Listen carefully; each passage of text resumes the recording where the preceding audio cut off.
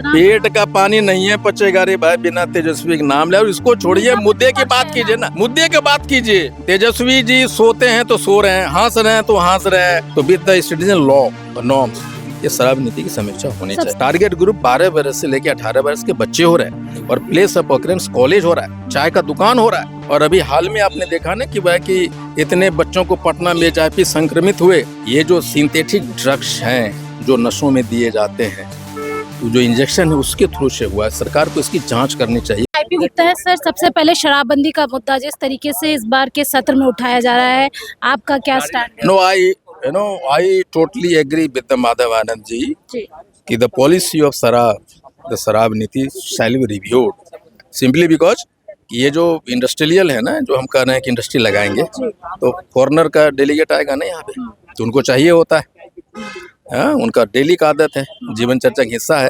तो with the citizen law और norms ये शराब नीति की समीक्षा होनी चाहिए। सबसे बड़ा सवाल आपने उठाया सूखे नशे पे, जिस तरीके से युवा अब इसके चंगुल में आ चुके हैं, यंगस्टर आ चुके हैं, स्टूडेंट्स आ चुके हैं, कितना ज़रूरी है इस मुद्दे पे बात करना? क्योंकि जब भी आप लोग मुद्दे की बात कर रहे हैं, कहीं ना कहीं सरकार जवाब देने। देखिए, मैं उन सारे मुद्दों को टटोल रहा हूँ, लेकिन सरकार के पास कोई जवाब नहीं है।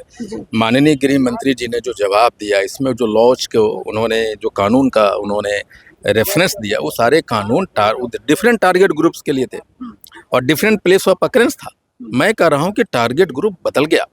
टारगेट ग्रुप 12 वर्ष से लेकर 18 वर्ष के बच्चे हो रहे हैं और प्लेस ऑफ अकरेंस कॉलेज हो रहा है, चाय का दुकान हो रहा है, इंजीनियरिंग कॉलेज, मेडिकल कॉलेज हो रहा है। और अभी हाल में आपने देखा ना कि वह कि इतने बच्चों को पटना में एचआईवी संक्रमित हुए।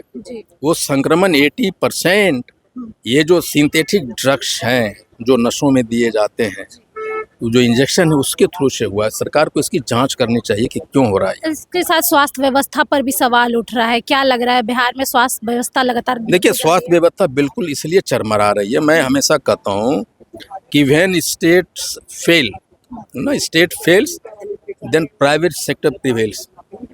मैं जो भी आप जैसे ना ये आउटसोर्सिंग कर रहे हैं, आउटसोर्सिंग करके सारा चीजें अपने पास ला लेते हैं ना आप। अब मैंने सीएस से बात किया, भाई डिपुटेशन क्यों नहीं कर रहे हैं आप? तो बोला कि सर मेरे पास डिपुटेशन करने के पावर नहीं है, सारे यहाँ है। रोगी कल्याण समिति का सदस्य भी हेल्थ डिपार्टमेंट तय करेगा।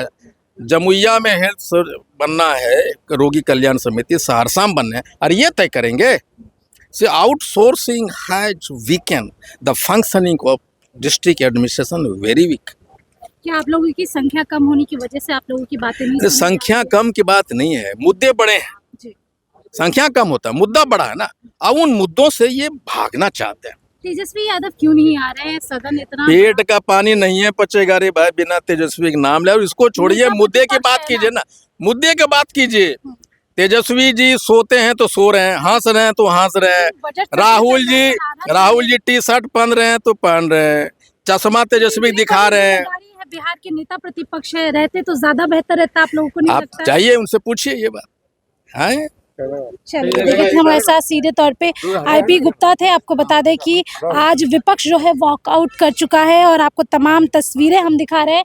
मुद्दा जो है शराबबंदी को लेकर है या फिर बात करें आरक्षण को लेकर, तमाम बातों पे हमने आईपी गुप्ता से बात की। आप बने रहिए हमारे साथ, तब तक के लिए बहुत बहुत शुक्रिया।